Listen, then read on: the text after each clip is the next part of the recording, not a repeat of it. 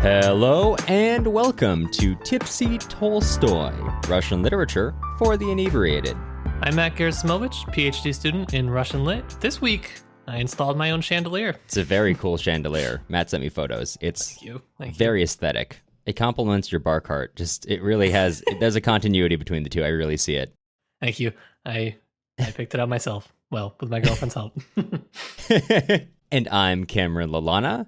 After many, many weeks of being good, I fell off the wagon and bought some more gear, which I don't necessarily need for this podcast, but now I got a dB booster for my mic. Heck yeah. Because it's not loud enough that there's actually any buzzing in my audio, but I currently have to turn my audio interface up to 9 out of 10 notches to make this microphone work, so I figured I could probably use some help in that department. I can already hear it. I can hear those dBs being boosted.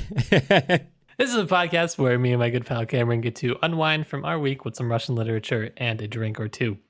This week, we're going to be continuing our Summer of Anna Karenina series with part 4 of the aforementioned Anna Karenina. Yes, sir, we did it. The most exciting part. It could be. This week, we are eternally grateful for our newest patron, Brandon. If you're interested in helping out the show like Brandon, take a look at patreon.com/tipsytolstoy. We have a lot of fun Patreon-only content and rewards, and it really helps the show out. If you're not interested in Patreon, but you would prefer to support us in a more free way, you can leave us a nice review on Apple Podcast or sign up for our email list on our website. Yes, thank you for the updates, but before we get into reading today, Matt, what are you drinking? All right, I know it's the moment everybody's been waiting for. Does Matt have a beer this week? You thought I was going to bring a Jack and Coke to the podcast. You would be sorely mistaken. This particular week. Every other week, you would be right. This week, I am drinking from Smiley Brothers here from my town in Evanston. It's called Purple Line. It's a, I don't know how to say it. It's a Hefeweizen with hibiscus, blackberry, and blueberry. It's called Purple Line. It is actually purple. It's named after the L line here. That is the Purple Line. It is perhaps one of my favorite beers I've ever had in my life. It is so good. So take that. I think it's pronounced Hefeweizen. You know, you're probably right, but if they wanted me to pronounce it that way, they should have spelled it that way. So take that, Germany. What are you drinking today? I am drinking this one. It's not a porter or a stout, but I am still super excited for it. It is the Honey Blonde Ale from 3 Mile Brewing. Now, 3 Mile Brewing is probably one of my favorite breweries from the town of where I live, which I will not specify, but I just gave it away.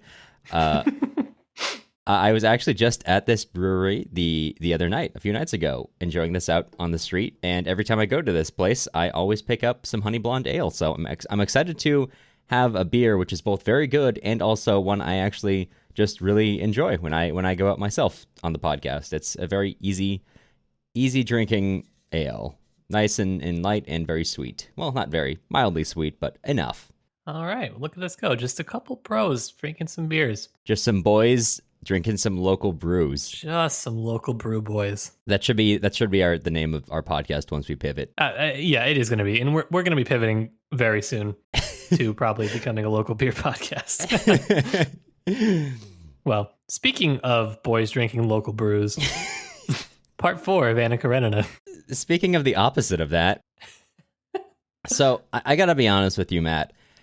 I think after writing part 3 of Anna Karenina, Tolstoy showed that to some people and got very negative feedback on all the farming.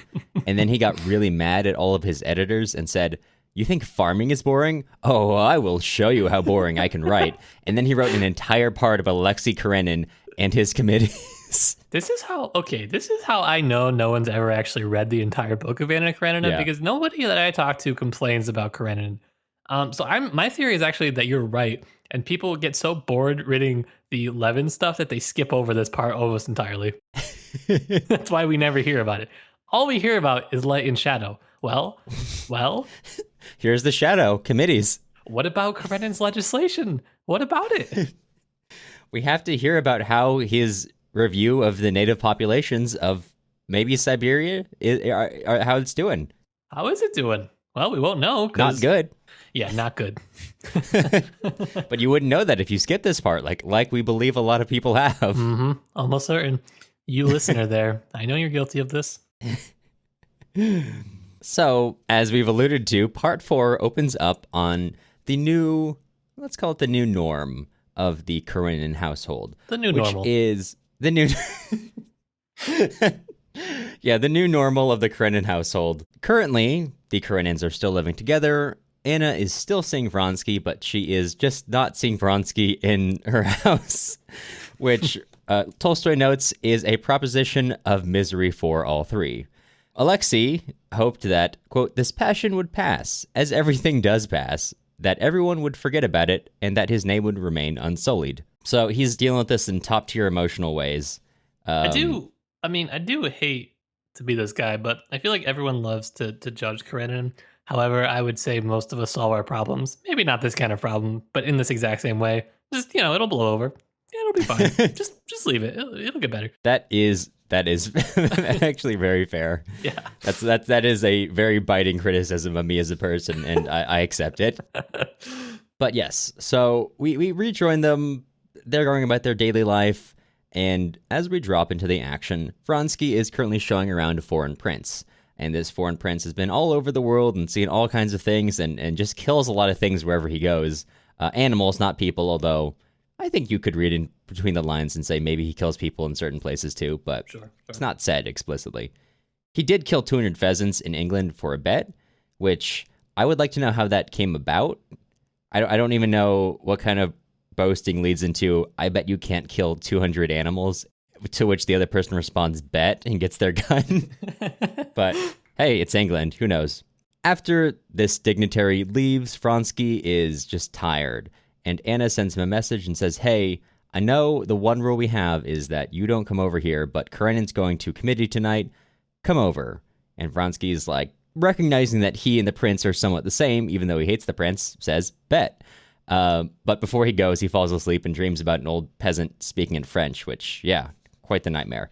And then goes at like 9 o'clock. And he's so late that, in fact, Karenin is back from committee, and they run into each other when he's going into the Karenin's household, and they just awkwardly kind of bow to each other before going about their merry ways. Vronsky talks to Anna for a little bit. She has attacks of jealousy over... I don't know what this says in your version, but she says something about the orgy he goes to, and I can't imagine they mean that in the sense that I'm thinking. I do. I think they do. I think she's jealous that he's off with the foreign dignitary. I think she's being. I don't think it was actually at an orgy. I think she was just like. Okay, just not making it up, but like just was angry, and how we do. Yeah, I do. So they kind of argue before going to make fun of Karenin, obviously. And finally, Anna says to him, well, you know what, it's fine. This isn't really a big deal anyway, because I'm going to die soon. I had a dream about a French peasant talking this phrase over and over again, and when I asked someone what it meant, they said, it means you're going to die. And she says, so I'm going to die in childbirth. And Vronsky says, that's ridiculous, and, setting us up for some foreshadowing, which will be resolved within this very part. Spoiler alerts, Anna dies. No, she doesn't. Not in part 4, at least. At this point, Alexei returns home. Vronsky's gone, and he argues with Anna, kind of understandably. And he says to her, you know what? We're getting a divorce. You couldn't even not see Vronsky. That's all I asked. And I'm going to take your son. And she begs to at least not take Seryozha. Take everything else, but not Seryozha. And she says to him, you don't even care for Seryozha. Karenin says, yes, I have lost even my affection for my son, because he is associated with the revulsion I feel for you. But still, I shall take him. Goodbye. And he takes off. So Karenin's in full dick mode and goes to see a lawyer about divorcing his wife, and that goes on for so long, going over the intricacies of case law regarding divorce. I wasn't kidding. I mean, neither of us were kidding about how much this is just about policy, this part. I don't hate it. I actually thought this was a more exciting chapter as a whole. Well, because of what's about to happen. I actually feel like this is kind of maybe not like the climax of the book, but it's definitely on the up and up. You definitely get some action because you were lulled into passivity with the farming like a fool. And then and then there's some actual action that happens. But in a little bit, because before that we have a long consultation with the divorce lawyer, and then a long time going over Alexei's problems in court. In fact, it's been so difficult because his opponent has pretended to come over to his side, and then while pretending to support Karenin, he actually overstates it to the point that Karenin's point sounds ridiculous, and then everyone starts making fun of it. And at this point, Alexei has to pick up the pieces, which actually I think that was a really fun little bit of political intrigue to have in here. Yeah. Well, maybe. I think Tolstoy's mostly mocking. Well, I don't want to say he's mocking people who think politics are important, but he is. I think he is. I think he is too, but it is also, it's an unusually relevant example of how backroom, the meat grinder of politics just happens. I mean, dude's got like 900 pages to fill, so you're going to get some backroom meat grinder action, you know what I mean? Yeah, I'm all about the backroom meat grinder. But the important thing here is that Karenin has to pick up the pieces of this affair, so he has to go to talk to the people who they set up a committee to investigate himself to figure out what's going on. And these people, foolishly thinking that this will be to their benefit, come to tell him the truth in Moscow, which he does not care for because some of the things of the truth actually support his opponent's position, which are problematic. But that's beside the point, because what's really important is while Karenin is in Moscow, he runs into Stiva. Stiva, who has just abandoned his wife and children as they try to buy coats without any money. Classic Stiva content. Classic Stiva. Honestly, you should hate him, but I kind of love Stiva. He's just such relentlessly a dick that it's hard not to respect the grind of being that consistent in his personality. Every given moment, he's always doing something that's just terrible. Yeah, 100%. And then he essentially invites Karenin to dinner. Well, actually, he says he's going to come over the next day and invite him to dinner, but really, this is the short way of saying he invites him to dinner. Although the question happens tomorrow, just because, again, there are 900 pages to fill. This has to just be drawn out. And we follow Stiva around for the rest of the day as he begins to invite more people to this dinner that he's having. Of course, Levin, after some time abroad, I think it's probably been maybe the better part of a year since part 3. It's hard to tell. He invites Levin, who's just come back to Moscow, to dinner, as well as some other people. Levin's brother, the liberal friend, Sviazhsky, who Levin met with in part 3. And, of course, along the way of inviting everyone, he has to stop to see his new mistress, a dancer from the Bolshoi, naturally. He's got that good forest money, which he's not fully spent yet, Tolstoy notes. And he goes around, and that's how his day goes. We can go ahead and fast forward to the dinner, which, as you might imagine, is a little awkward. It's noted that none of these people have much connection to each other. You have, of course, the sort of intellectuals with Sviazhsky and a friend of Sviazhsky's, Levin, who's the friend of Stiva, Alexei, who's the government official, and as well as Kitty and Darya. No one's really certain why they're there until Stiva shows up, and of course Stiva does what Stiva does, and he casts his charismatic spell on them, and everyone starts having a great time. The intellectuals start chatting about land and what the mark of advanced civilizations are, and the people who aren't quite certain why they're there start just having fun. And of course, Levin gets paired off with Kitty accidentally. Although, of course, before we get to that point, we have to have several pages about what the mark of an advanced civilization is. Naturally, this is, of course, the 19th century. The question of the advanced civilization comes around to the question of women's rights and women's education. So a great debate happens among all the men, obviously. Why would you ever include anyone else in that conversation?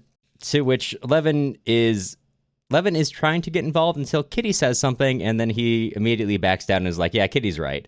And they, seeing that she's kind of open to conversation, they go off to another room to start chatting while Alexei continues the very important conversation about women's rights with a bunch of other men. At this point, Levin and Kitty have a very important moment as they're chatting about things, and right before Levin leaves, Kitty begins to play with some chalk, and she is writing something, and he kind of takes it from her and says, hey, look at this. And he writes down a series of letters, just letters, and the game is to figure out what each letter stands for to figure out the sentence. This continues on for a while. It's a very slow game, as you might imagine. They both come to understand that what they're really talking about is what happened 1, maybe 2 years ago now. I'm not actually certain of the time frame here. It's been at least a year. About that, yeah. Okay. he asks her, or she says, "Hey, can you forgive me? I don't think I made the right choice then." And he says, "There's nothing to forgive." And then finally, he writes out what Tolstoy describes as a three-word sentence. And Kitty says, "Yes." And I'm trying to guess what he wrote out here, because I'm assuming I should have taken the time to look up. I actually don't know how to say "Will you marry me" in Russian for obvious reasons. Actually, maybe not. I've never needed to know that, but I assume that's what he writes out. But it is not made clear, and it certainly isn't 3 words in English. But he does it. The absolute mad lad. The absolute mad lad. And off to the side, less fun, Darya and Karenin are having a conversation about Anna.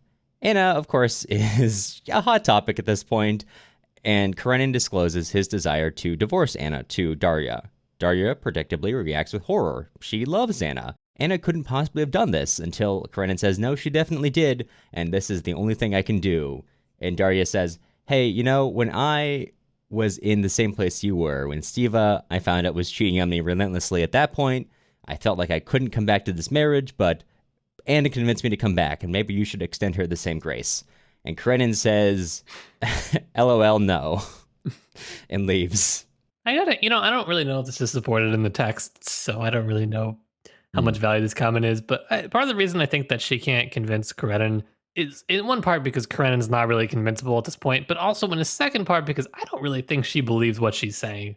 If I had heard that right after Anna had convinced her, really not that long after she had convinced her to stay in her marriage, which is at this point right back to normal.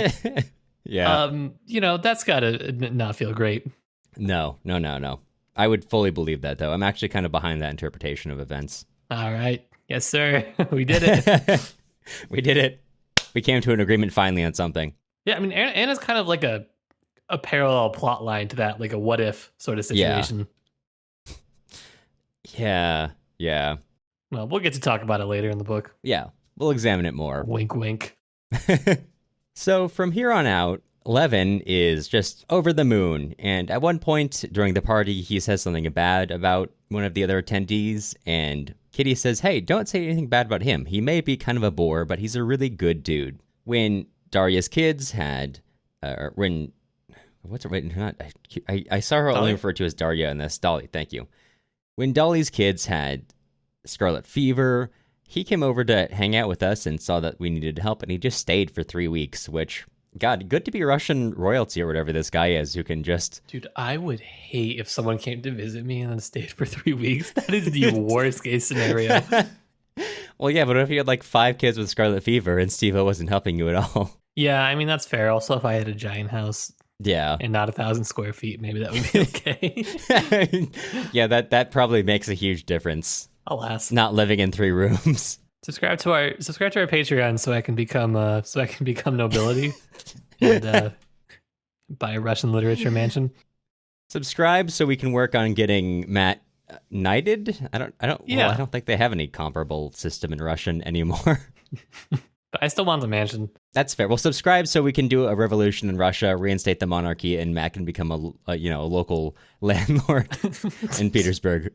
Gosh. From that, what Levin takes away is actually everybody's good all the time. And he spends the next day before he goes to see Kitty and her parents just thinking good things. He goes with his brother to his brother's committee, and even though everyone's arguing, he says he couldn't help but see the goodness in all of them. And he tries to keep up the night clerk and the hotel he's at, just trying to chat because the night clerk's a good guy. He's just having a great time of it. And you might think, oh, this is going to get crushed when he goes to see Kitty's parents, but no, when he goes to see them, they're all ecstatic, and Kitty's ecstatic, and the teachers are ecstatic, and everyone's super happy about this. I'm sure to some large degree this is just Tolstoy kind of poking fun at being in love, but the way people act does seem to support it, at least them generally supporting the union more than not in the text. I don't think he's poking fun at people being in love. I think he's actually detailing the cycle of love. He's literally pointing out what we refer to as the honeymoon phase at this point. And it doesn't get crushed in the way that some things get crushed in the story where it's like an all at once. I mean, later they go through the normal like marital troubles, I guess, or whatever you would call it, like just the adjustment period of like living with someone and whatnot. Especially when, at least, in our time, at least in our time where we are, the honeymoon period is over the course of some weeks to months as you're dating someone before, that all comes crashing down. But Right. they've just gone from not seeing each other for a year to, I guess we're married now. So I would say it's probably a bit more extreme. Yeah. But this is where we leave Levin for now, and we rejoin Karenin, who has just gotten a letter from Anna telling him, "Hey, I'm dying." And he internally thinks, "Oh, perfect, this solves all my problems." Oh, Alexei. Oh, Alexei. And she begs him to come so she can or she can apologize to him. And he says, "You know what? Either she's being honest and, I'd rather go than not, or she's not being honest, in which case, I can just leave." So he does, and it turns out she is dying. And she invites both Alexei and Alexei, Karenin and Vronsky into the room and begs them to respect each other and, hold each other's hands and kiss and not, they don't actually kiss. I remembered that. I think I had a false memory from the movie where she makes them kiss. I don't remember what movie that's in. It's possible. Maybe it's from a fan fiction, but I mean, that's not like fan fiction kiss, but in the, Eastern European thing where you kiss to greet each other kind of thing. But Sure. that's a side point. Sure. Yeah. Gotta remove all of that. I see. I felt like this scene was kind of like the turning point of the book. Yeah, I would agree. Probably. This is just such an interesting scene to me. We can discuss a little bit later. Yes, I would love to, because I think you're very right that this is a pivotal moment, because this is the moment where Karenin, what happens to Karenin is something he later describes as a mistake, not derisively, but as something he didn't expect to happen. Because in this moment, Karenin truly forgives Anna and realizes that he needs to change just everything about how he's been handling the situation. So he goes out, he takes Vronsky out after she kind of needs to see a doctor and she gets a little worse, and they chat, and he basically tells Vronsky, everything's cool between us. I can't hold any hate in my heart for Anna. I only want the best for her at this point. Vronsky is so cowed by how by Alexei's just total change in character that he goes home and thinks about how there's no longer any place for him with Anna, and then shoots himself. Yeah. Can we talk about how Joe Wright didn't put this in the adaptation that we watched, the 2012 adaptation, because he didn't think it was believable? I'm sorry, did you write Anna Karenina? Do you know how hot their emotions run? That's like this entire book. Yeah, I mean, dude hasn't seen this girl in a year, and he proposes by writing 3 letters in chalk. Are you kidding me? And you thought this was the not believable part.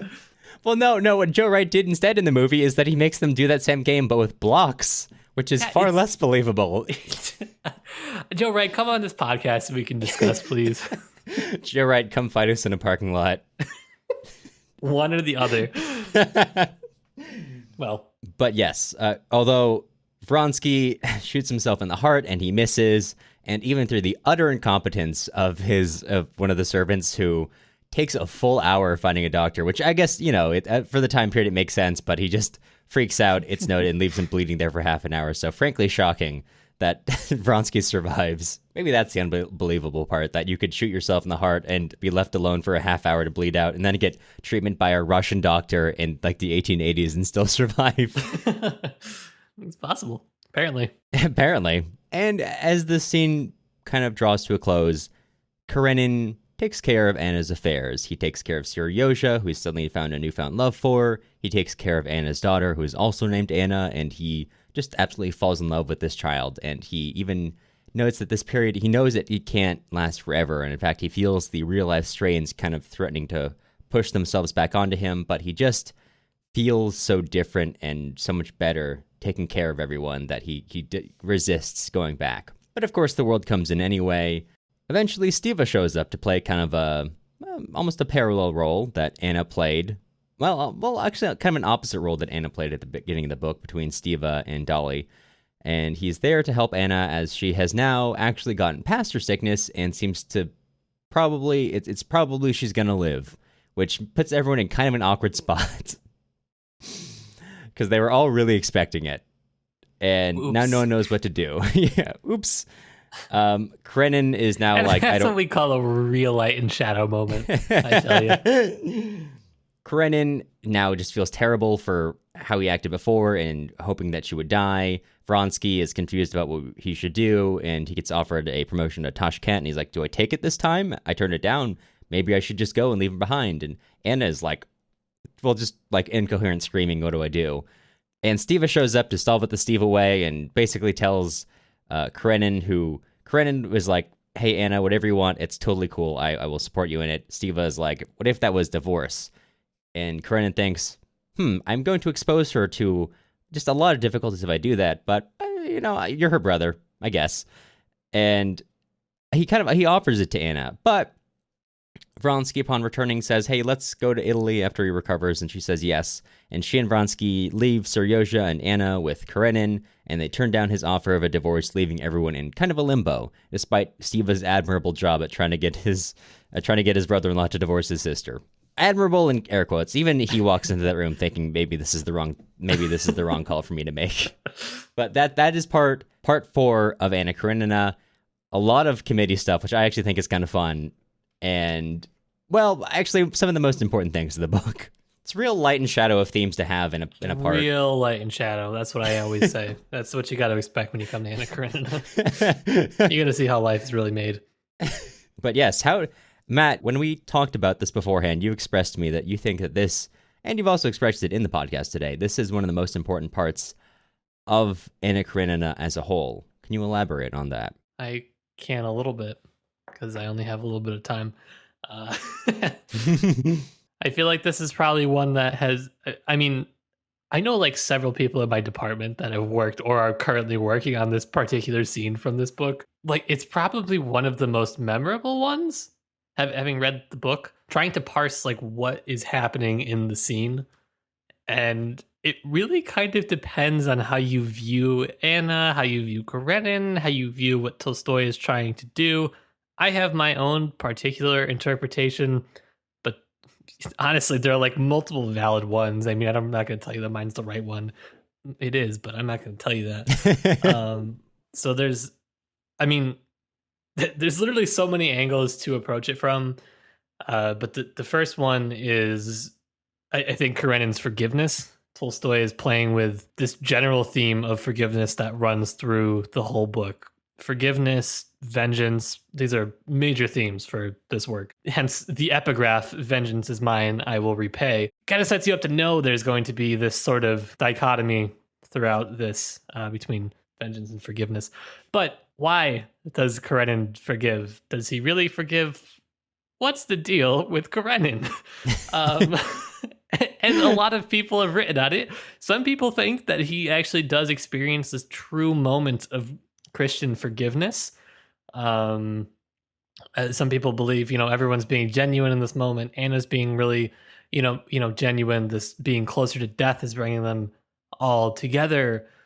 Some people are really cynical. Some people believe, Anna is actually, this is her falsest moment. She's acting. She's not really, she's not really being truthful. This is just another one of her facades that she puts on throughout the book. I don't have an opinion on every aspect of this, but what I do think is happening that is really important to watch, especially with War and Peace, is Tolstoy loves to write cyclically. He likes to bring people up to a high point and then bring them down. And I think that's what he does for Karenin, because I think this is a high point for Karenin forgiving, but he does, kind of plant seeds of what is to come, because Karenin does go through a really downward spiral. And I think by the end of the book, I don't think you really feel very much sympathy for Karenin. At least I don't see how you could. He gets really kind of twisted by the end of the book. And so that's something for me. I like to watch the cycles of characters in Tolstoy. Particularly, it seems to me that the higher Tolstoy brings someone up, the harder they fall. Which sounds kind of cliche, but it's really big in War and Peace. And having read that and then coming back to this, I'm kind of like, I can see where he's doing that. Where anytime someone thinks they've got life just figured out, absolutely not. Like 3 parts from now, he's gonna like call back to that and be like, just kidding. This character's horrifically depressed now. So That's kind of my small toe dip into an interpretation of that scene. I do think that's interesting because, as we've discussed before, not so directly, this is kind of like the long arc of how Levin's storyline goes, is that he's kind of having that oscillating up and down of, I figured it out. I've solved the labor problem for the world over, and then he remembers Kitty exists, and he spirals again for hundreds and hundreds of pages. And, of course, in this part, he's feeling great, better than anyone ever does in this book, maybe, and I am including early days Anna and Vronsky, if only because they don't get 5 straight pages of loving life. So I can naturally assume that is going to, well, come crashing down as time goes on. Mm-hmm. If only because this is Tolstoy and he's having fun. Yeah, I feel like this is kind of the scene where, or not the scene, but the part where people achieve a lot of what has been set up in the first half or so of the book. And now, so you have kind of this big setup, and people, to me, this is why I actually feel like there's a lot that happened in this part, with the exception of some of the committee talk. I really do think, I mean, you get finally, after just years of Levin keeping you on the edge of your seat, will he or won't he, finally proposing, Anna, the childbirth, the kind of the prophesizing, if you will. There's so much in this part. And then, so I think the next half of the book is really, you're seeing the effects of that. And I think it's important to keep in mind, I ascribe to this view because I think Tolstoy did know what he was doing in a lot of this when he referred to his own work as a labyrinth of plots. Most of the plot lines don't ever really intersect in any like meaningful ways physically, but they all share really important common themes. For me, looking at the cycles, that's one way that I tend to find this relationship of themes, how they go up and down and up and down, and the kind of diverging plot lines, seemingly diverging plot lines. That makes sense. Yeah, so that's my thing. With the obvious exception of Stiva, who never deviates from the median of being kind of a shitty person. Yeah, Steve was fun because he's truly the worst character in the book, and yet nobody seems to dislike him, even as from like the reader standpoint. Yeah. I just want to quickly go over a few of the things he does when he goes to see his sister after she almost died, also had a baby, also maybe reconciled with her husband. Mm-hmm. So he comes to her house fresh out of, and keep in mind, they don't live in the same city, so he had to come to Petersburg to do this. He goes first to go get some oysters. Then he comes to his dying sister's place. Well, were they fresh? They were fresh. Yeah, see, that's kind of the thing. I feel like you're giving him a lot of... You got to cut him some slack. I mean, what's the guy supposed to do with some fresh oysters? That's true. I was holding that back. That was a little unfair of me to mention that they're fresh. A little bit unfair, I would say. and this is when Princess Betsy Tverskaya is leaving, one of Anna's older friends, and he chats and he tries to get her to stay, including, really pulling her back into conversation, kissing her. It's noted directly above where her pulse is. On her arm, not on her neck. Even at some point it says when she finally is leaving, he says some things to her which she didn't know whether to laugh or cry at. So what a series of events to do before you go see your dying sister who has just had a baby. Yeah. Classic Stiva content. Classic Stiva. I don't know why people don't dislike him more. You're obviously supposed to, but it's just hard. He's just walking on water, being just the worst person in the book. It is entirely untouched so far. I feel like Steve is actually that impression of Steve is what you get when you don't look critically at the narrator. It's I think there are definitely some points where the narrator could be harsher on Steva, but instead kind of presents him in a way as others see him. Mm-hmm. And if you just accept at face value that the narrator is telling you the truth at every moment in the story, you are going to miss a lot of the story. That's fair. That is very fair. I think that's an important nugget of truth. Yeah. Because God, he is the worst. God, yeah, he never...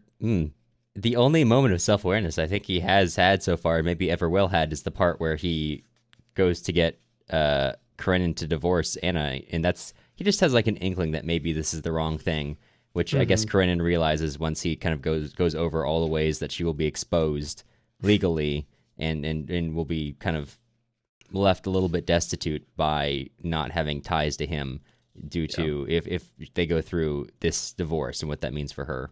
Yeah, the divorce proceedings are a lot. Yeah.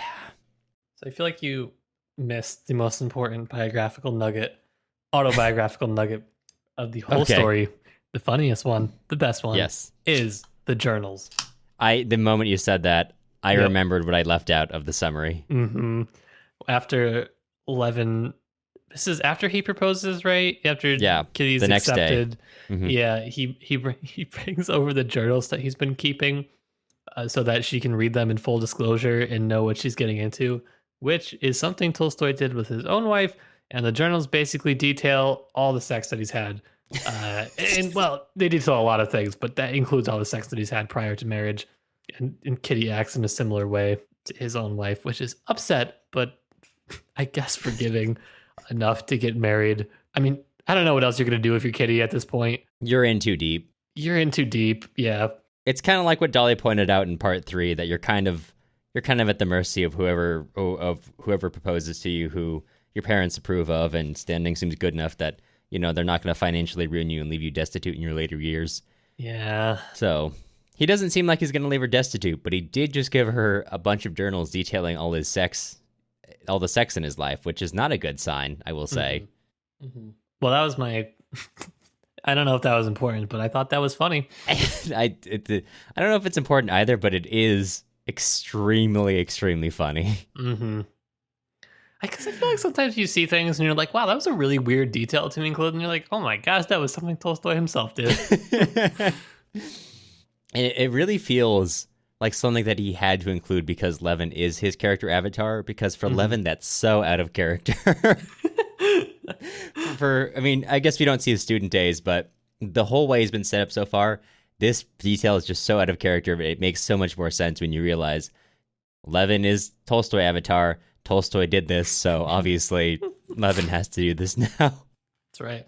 I did want to ask you a little bit off topic of the greatest part of this book. What do you draw away from Steva's dinner scene? Because I don't know if it was just a scene in passing, just a moment for some character development, but we do have sort of this weird collection of characters from throughout the plot. Obviously, we have Karenin and Dolly and Kitty and Levin, but we also have Sviazhsky, the hypocritical liberal. We have, the prince. We have many other people who've been playing in and out of the plot, and this is one of the few times where they are all together instead of like meeting each other one at a time, really. Mm-hmm. I don't know if you drew anything in particular out of just kind of their interactions. I think that for some characters, it's a do-over. Like for Levin and Kitty, they get their do-over. I think for other characters, it's a direct parallel between Dolly and Karenin that is literally asking you to look back to like the first scene of the book and compare and contrast. That's literally all he's asking you to do.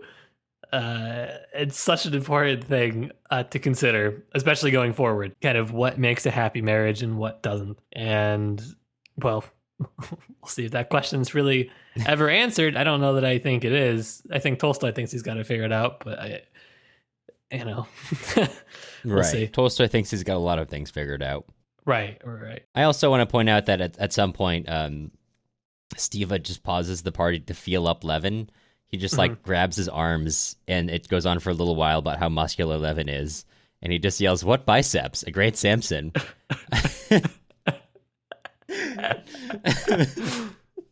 Now, you don't need to draw something from everything in the book, Hilly. No, I drew nothing from that. That was just... That's fine. Good detail. Thank you for bringing it in. Yeah. Well, that's just... this has to come from a real detail, because I know people who are not as bad as Steva, but at parties, yeah. That's just kind of the thing they would do. This feels like a detail that he pulled in from his life at some point, that they just met someone who was athletic, and someone else just started feeling the muscles. Like, hey, everyone, this dude has some muscles. Feel this. Come over. Come on. No, feel it. Really feel it.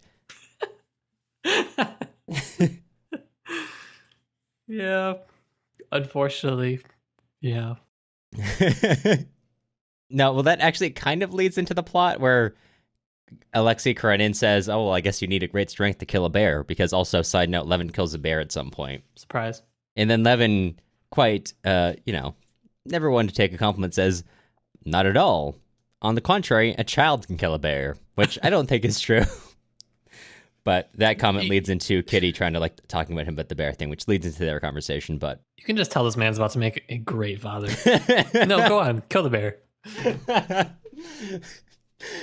Just putting a giant breech-loading rifle into his 5-year-old's hands. No, see, you don't need any muscles at all. It's super easy. Come on, even Lochka, you can do it. I'd be terrified. Actually, something I do want to mention, and this isn't as intellectual as many of the things you've been bringing up. After it's become apparent that Anna is not going to die, she has a lot of conversations with people. And one of the things that kind of just impressed me about it is that she's obviously confused. And in one regard, this is almost, I imagine, frustrating. And especially it's frustrating in the book for characters like Karenin, who are basically like, Anna, what do you want? And she's like, I don't know. But that's one of the things that I just really love about the way Tolstoy is characterizing these people, is that Anna was fully expecting, or at least apparently, if we were to believe the narrator, expecting to die and kind of thinking this is going to solve a lot of my problems. But now she has to live, and she's got to look forward and think, what do I do now? Because she's at least says to people that she has a lot of admiration for Alexei, and she almost feels ashamed now, especially with the way that he has, at least in this part, turned over a new leaf. And she really does not know what to do going forward. And that's why I think that I really enjoyed that about her as a character, because it feels real. Because in plot lines, you've got to go somewhere, and usually you've got only so many pages, so you can only have so much waffling about. But the advantage of Tolstoy truly not giving a shit about what you wanted. He's totally okay to have characters waffle about for dozens and dozens, if not hundreds of pages, which is some of the things you pointed out previously about kind of some unconventional techniques, and even sometimes some techniques which make for a frustrating book, but good characterization. Mm-hmm. I do enjoy that, just as a read, where she has just so many conversations where she can't express what she wants, and she's got conflicting views of Alexei, and she can't, Alexei, frankly, both Vronsky and Karenin, and can't reconcile those at all, because there's just such a strange mass of broiling emotion, which sometimes that happens. That's how it goes, especially in difficult situations like this one. Yeah, it's a tough one. I don't know what to make of it, because I don't think it's really intentional, because I don't know if Karenin really has it in him. But the only thing that he could do that would put Anna in the worst possible situation, I actually do think, is to forgive her. Because that's an emotional load that she cannot bear. If he would agree to a divorce and go through those proceedings, it would be bad, but it would be over. The forgiveness is actually worse from the way I see it. No, I just don't think Karenin has it in him to really, plot this out so far in advance. He's just if anyone's the puppet master in this love triangle, it's definitely Anna. Vronsky sucks. Vronsky does absolutely nothing. And Karenin is just not that into it. Dude's just old. Dude's just trying to get some Owens in on his political opponents. Dude's just got to pass some legislation. He's got to hear about, everyone's got to be talking about his legislation. As this has aptly demonstrated to us, he truly does not care about the people he is passing legislation about. No. He just cares about winning. Right. No one does, but he is among their number. That's kind of the end of what we had wanted to cover. If you're reading along with us, go back, reread the death scene. Well, it's not a death scene. Go back and reread the birth scene. Reread the death birth scene. Think about it some more. The dearth scene. The dearth scene. Join our Discord. Let us know what you think, because I'm curious what other people are thinking about this as well. But before we totally wrap up, I'm curious, Cameron, on a scale from 1 to Yeltsin, how drunk are you? Maybe it's because I've had a lot of water today, or maybe it's because my body has just gotten so used to drinking honey blonde ale that it no longer affects me. But I'm only about at maybe a 4. Not too bad, enough to carry on this very heady conversation. Mm-hmm. How about you, Matt? Where are you? I think I made it up around a 6, which is more than I thought that hibiscus beer would take me, but it's good. That's good. That's great. It's getting you there. Maybe it's the fuel from dunking on Joe Wright, but I'm here. Yeah.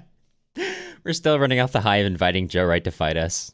Do you think Joe Wright would win in a fight? Hold on. Let me look up a picture of Joe Wright. Yeah, I just know neither of us would win in a fight against anyone. How tall is he? We might win against this guy.